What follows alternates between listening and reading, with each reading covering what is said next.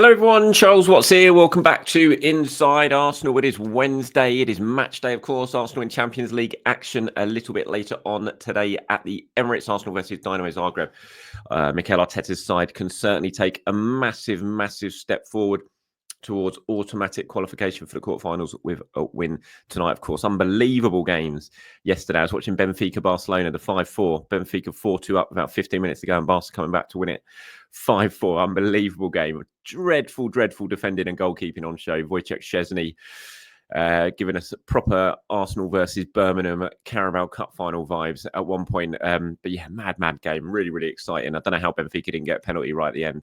And then Barcelona went straight down the pitch and scored with the very last kick of the game. Hopefully, we're going to get that sort of drama and that sort of entertainment at the Emirates tonight. Not quite sure we will, but we will wait and see. Anyway, we're going to talk about that game in today's show. We'll do the predicted 11, of course. Some of you have been sending in your predicted 11s. We'll look at what Mikel's been saying ahead of the game. We'll discuss Matthias Cunha, who another Premier League club in the running for the player we know Arsenal would potentially like to sign if all the things fall together in the last 2 weeks of the transfer window. Going to look at what Arteta's been having to say about transfers as well. So plenty to get stuck into. And we'll start with Arteta, who's been talking a lot about in the embargoed section of yesterday's press conference. So the quotes went out live late last night. I'll just run through what he's been having to say about himself and about Josh Kroenke. The two of them, Josh Kroenke has now flown in. He was at the game. He's been in the last couple of games actually at Arsenal. I think he's going to be here probably through till the end of the window now. I don't know that for certain, but he's certainly here at the moment, and I would presume he's staying till the end of the window. And Mikel was asked about Kroenke and the owners and how much communication they're having at the moment during the transfer window. So what he had to say: we are in constant contact, obviously understanding the situation and how the team is evolving. Obviously, some of the big news that we had, unfortunately, it wasn't positive. It means the injuries, of course, how we're feeling about it. And they've been super supportive, and they continue to be so. When he was asked whether he thinks the owners are prepared to back him in the transfer market this month, he said, first of all, it's backing the club and themselves, because we all want the best. The decision that we make is not to back anybody. It's just something that makes sense, that is going to improve the squad, that is going to give us the ability to perform to a level and to win the things that we want to do. If that's the case and we have the resources to do it, then we will try. So it'll be very interesting to see what these next couple of weeks will bring with Kroenke now, sort of in situ around the club at the moment. I didn't see him at the training ground yesterday. I saw Tim Lewis was down there. He was walking out, walked past us over to the training pitches as we were heading back. But no sign of Josh Kroenke at the training ground. He does have an office there that he spends a lot of time at, I know, when he is over here. So I imagine he is sort of there plenty of times at the moment at those talks with Arteta, and the recruitment team, you would hope, are certainly ramping up, because as I keep saying, every day that passes, the clock is ticking. We're on the 22nd of January. I can't believe Arsenal haven't made any signings. It's 22nd of January.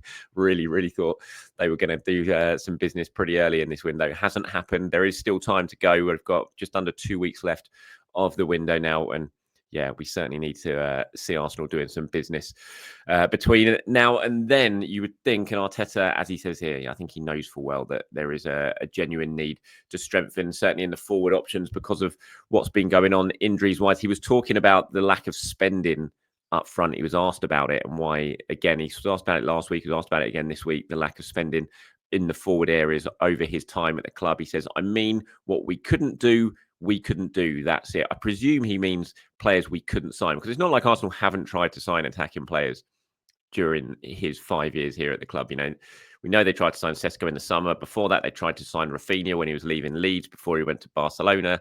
Couldn't get that done because he was determined to go to Barcelona. We know they tried to sign Mudryk as well, and willing to spend a lot of money to sign him. So, they have missed out on targets. And I presume that's what he means when he says this.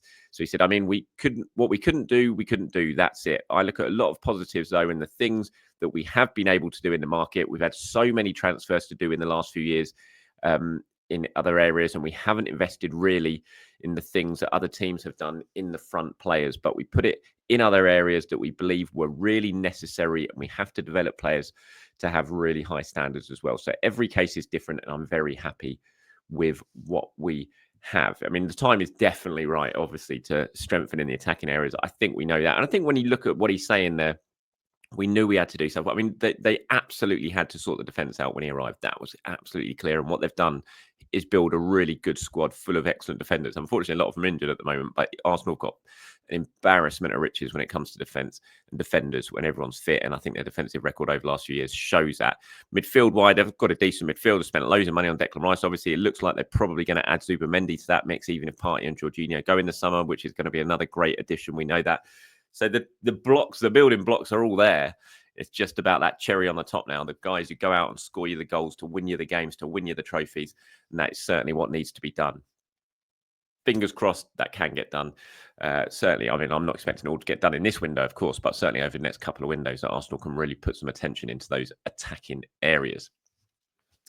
Right, moving on to tonight's game then. Injury news. Obviously, I was down at the training ground yesterday, saw it firsthand. Calafiori was back. Ethan Nwaneri was back. No Ben White, no Tomiyasu, no Saliba. Mikel confirming that Saliba wouldn't be available for the game tonight, but did say that he hoped to be fit for the Manchester City game and that he's evolving well in the last few days and feeling much better, which is good news. Calafiori and Nwaneri will be involved tonight. Mikel Arteta confirming that, providing, of course, there's no sort of setback after we left the training ground yesterday in terms of their training session. They both look very fit and very healthy. I was very impressed watching Ethan Nwaneri and the sort of shooting drills they were doing before we left.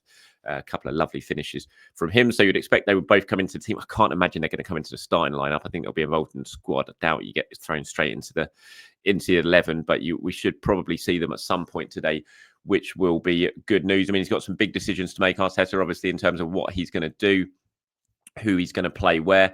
We saw Max Dowman training yesterday with the Arsenal squad. Could he potentially be involved? I think I've got some quotes here from Arteta. I did run through them a bit briefly yesterday, but this is what he had to say about Max Dowman training with the first team yesterday and constantly this season. He said, how impressive is it? He said, very impressive. It is age as well. Some of the things he does in training is unbelievable. He's a player with huge talent. We have a lot of belief that we can develop him to become one of our own. He's doing very well so far. On the possible pathway for him as a 15-year-old, newly turned 15-year-old, to get minutes at senior level. He said, at the moment, with all the legislation, there are a lot of restrictions for your age, something that in other countries you don't even mention. We have to wait and see. He's taken very fast steps because every time you put him in a different challenge, a different level, he overcomes that hurdle very quickly, which is great. So as I said in yesterday's show, I think there's we were trying to work it out and find it out for certain yesterday in terms of whether he could potentially feature tonight. He can't yet in the Premier League because he's still technically in the under 15 section of Arsenal, and you can't play a Premier League game if you're still registered as an under 15. You can if you're an under 16, but you can't if you're an under 15. And Dowman's just turned 15, so he was still registered at the start of the season as an under 15s player, which is preventing him. And that's what Mikel's talking about there when he talks about legislation. There was a bit of confusion yesterday, and we didn't quite get to the bottom of it about whether that actually works. That's the same in the Champions League. There was a feeling it wasn't, and that he could maybe be involved if the club decide and Arteta decides it. So we'll wait and see. But just watching him yesterday, it just physically, it's just ridiculous. He's just turned 15 and sort of how he just looks like a senior player. I mean, admittedly, we were watching him from a bit of a distance, but he didn't stand out as this, freshly turned 15-year-old kid playing football. Physically, he's well ahead of everyone else at his in his age group. You see there on the screen, he's pictured with Declan Rice, who apparently is really sort of taking him under his wing and has been a bit of a mentor to him at the club, and no better mentor you can really have as a young player coming through as a midfielder than Declan Rice. So hopefully that bodes well for him in the future. But yeah, clearly a very, very exciting talent.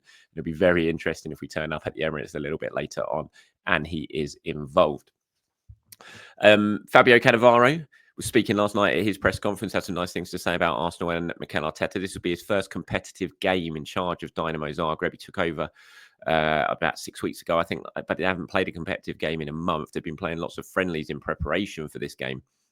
Mikel was asked about that and Cannavaro's appointment, and he said that's the context of the game a little bit. He's a new coach, and the fact that they haven't played a competitive match for a month.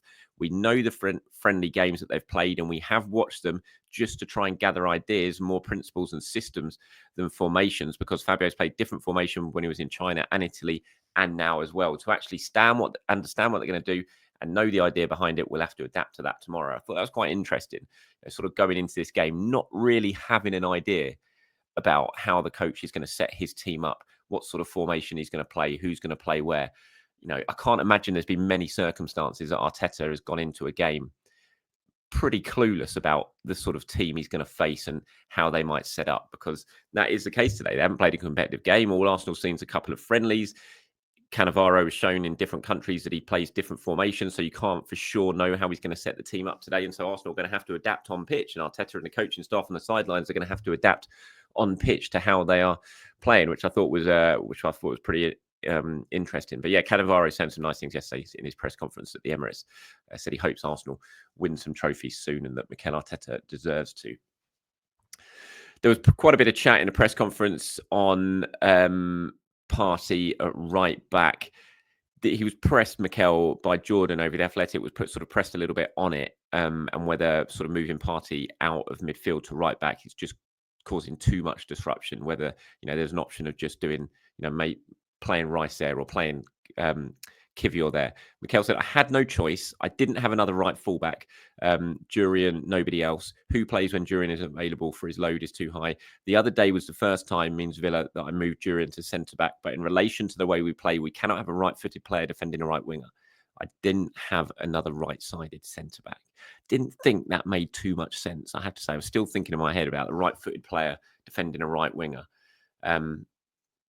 It didn't make too much sense. I have to say, he actually went on a little bit more. Let me quickly get these quotes. I haven't got them on screen, but I'm going to read them here. So he was asked about Kivior and whether he could feature. And he said, this was in the embargo section of the press conference. He said, the ideal position for Jakob is left-sided central defender. That is key. And as well, with the amount of changes that we have to do in the front area, the attacking midfielder area, fullback area, he hasn't found the consistency that he had for a period of time. But he will play games, and I'm very happy with him because he's a player that the way he looks after himself, the way he trains, and when you need him, he's always there. There's very few in the squad like this, so I really value having Jakob in the squad. So the fact there, he's very much pointing out that he's a left-sided defender. And I thought maybe going back to that question and that answer he gave about Partey and saying he didn't want a right-footed player up against a right winger, I don't know if that's...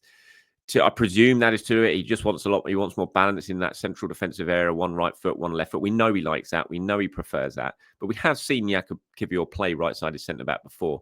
When he finally took Holding out of the team, when the Holding experiment failed at the end of 2022-23, Kivior came in and played that right centre-back role. And he played it pretty well on occasions. I remember the game up at Newcastle that Arsenal won 2-0 towards the end of the season. He played it in that game and played very well. He was also asked about Rice at centre-back, and he said, that has been in my head.